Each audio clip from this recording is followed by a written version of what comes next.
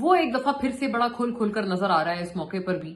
اور بہرحال ایک بات بڑی ویلڈ ہے اور وہ یہ ہے کہ دیکھیں جب میں بڑی ایک اوپن ہو کے بات کرنا چاہتی ہوں، بات یہ ہے کہ نواز شریف صاحب کا اکثر حوالہ دیا جا رہا ہے کہ نواز شریف بھی جب لندن گئے تھے اپنے علاج کے لیے، جب ان کے پلیٹلیٹس گرنے لگ گئے تھے اور عمران خان صاحب جو ہے وہ پرائم منسٹر تھے، اس دور کی بات کر رہے ہیں.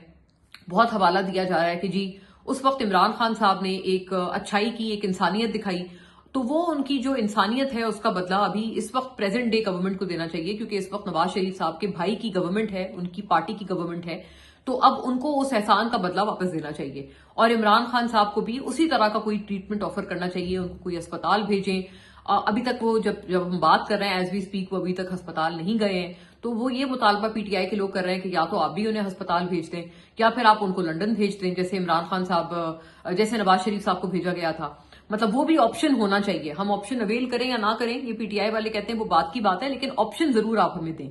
اچھا، اب یہ بڑی ایک انٹرسٹنگ سچویشن ہے. تھوڑا سا پیچھے چلے جاتے ہیں. اس وقت 2020 کی جب یہ بات ہے، جب یہ کرائسس بنا تھا، تو 2019 کی بات ہے. 2020 کا سٹارٹ تھا اور 2019 کا تقریباً آخر تھا جب نواز شریف صاحب کا ایشو یہ سامنے آیا تھا.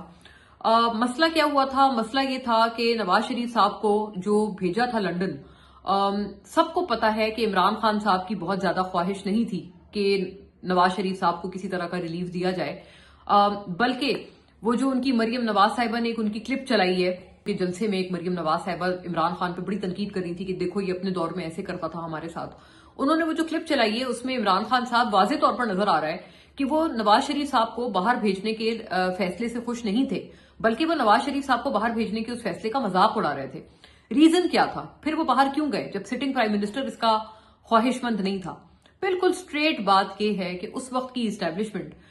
جو کہ اس وقت کے army chief general Qamar Javed Bajwa کے انڈر آتی تھی، اس وقت کی اسٹیبلشمنٹ نے دراصل یہ جو معاملہ تھا یہاں پر نواز شریف صاحب کو انہوں نے ایکچولی فیسیلیٹیٹ کیا تھا، اور انہوں نے یہ انشور کیا تھا کہ نواز شریف صاحب جو ہیں وہ لندن چلے جائیں. اور اسی کی وجہ سے پرائم منسٹر آلدو یہ کہ ان کی مرضی نہیں تھی، لیکن نواز شریف صاحب لندن علاج کے لیے جا پائے. اس میں ایکچوئل اگر پی ایم ایل این والوں سے ہم بات کرتے ہیں نا، تو وہ کہتے ہیں کہ عمران خان صاحب کا تو اس میں کوئی کریڈٹ نہیں تھا، یہ تو ایکچوئل کریڈٹ تو جنرل باجوہ کا تھا. انہوں نے جو ہے وہ یہ ہیومینیٹیرین جسٹر نواز شریف صاحب کو دیا تھا. اب یہی بات اگر ہم اب لاگو کریں تو اب بھی یہ بات یہ ہے کہ اگر پریزنٹ ڈے اسٹیبلشمنٹ نے، جیسے اگر اس وقت کی اسٹیبلشمنٹ ایک بہت کنوکٹڈ اس وقت کے پولیٹیشین کو باہر بھیج سکتے ہیں علاج کے غرض سے، تو اب کیا اب کی اسٹیبلشمنٹ، عمران خان صاحب بھی اب کنوکٹڈ ہے، کیا اب کی اسٹیبلشمنٹ عمران خان صاحب کو باہر نہیں بھیج سکتے؟ اس کا جواب یہ ہے کہ دیکھیں، عمران خان صاحب تو اپنے منہ سے کہتے ہیں کہ میری تو لڑائی ہی ابھی اسٹیبلشمنٹ سے ہے. انہوں نے بلکہ جتنی دفعہ ملاقاتیں ہوئی ہیں، انہوں نے ہر ملاقات میں یہ والی بات بولی ہے کہ مجھے اگر کچھ ہوا تو عاصم منیر ذمہ دار ہوگا. بار بار وہ فیلڈ مارشل عاصم منیر کا نام لیتے ہیں کہ ساری رسپانسبلٹی ان کی ہوگی. تو ابھی مطلب اس وقت بھی لوگ کہہ سکتے ہیں کہ ہاں نواز شریف صاحب بھی بڑا قمر جاوید باجوہ پہ تنقید کرتے تھے، بٹ نو، نواز شریف صاحب قمر جاوید باجوہ پہ انہوں نے ایک اتنی زیادہ تنقید نہیں کی تھی جتنی عمران خان جو ہیں وہ عاصم منیر پر کرتے ہیں. انہوں نے جو پہلی تنقید کی تھی نام لے کر،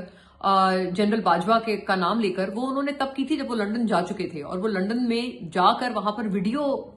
سے خطاب کر رہے تھے، اور وہ گجرانوالا کا جلسہ تھا جہاں پر انہوں نے پہلی دفعہ جنرل باجوہ کا نام لیا تھا اور کہا تھا کہ آپ کو حساب دینا پڑے گا.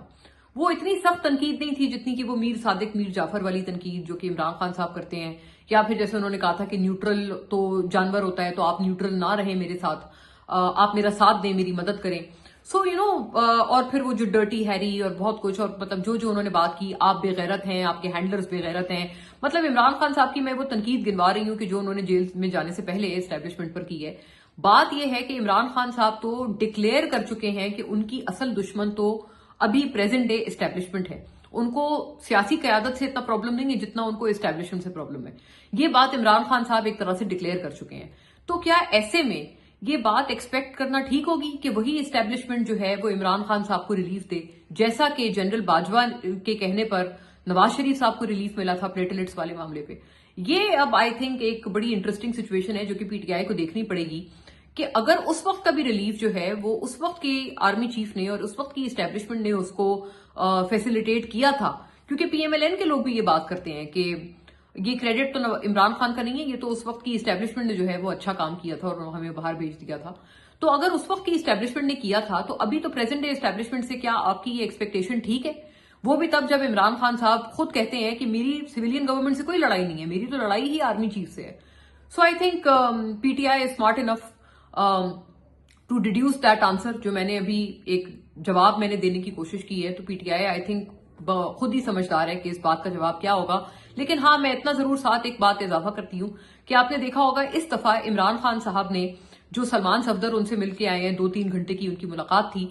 سلمان صفدر کے تھرو انہوں نے کوئی بھی سیاسی پیغام نہیں بھیجا، انہوں نے کوئی پولیٹیکل بات نہیں کی، بلکہ ان کے عمران خان صاحب کا ایکس ہینڈل جس کے اوپر ٹویٹس کے اوپر پاکستانی اسٹیبلشمنٹ بہت زیادہ ناراض ہوتے تھے کہ آپ ہر وقت ٹویٹنگ کر کے اور جیل میں بیٹھے ہیں لیکن پھر بھی آپ ہمارے خلاف ٹویٹس کر کر کے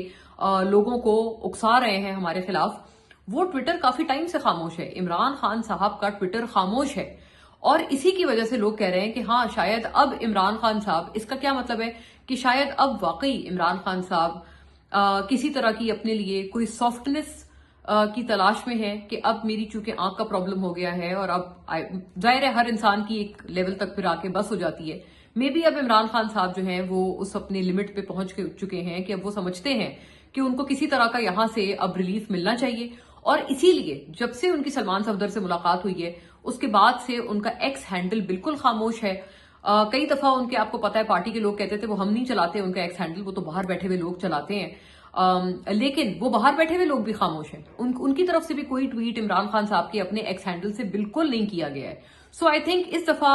یہ بڑا ایک پرومیننٹ پیغام جا رہا ہے کہ عمران خان صاحب جو ہیں وہ کسی طرح کی اب ریلیکسیشن کی تلاش میں ہیں اور ایکسپیکٹ کر رہے ہیں گورنمنٹ سے.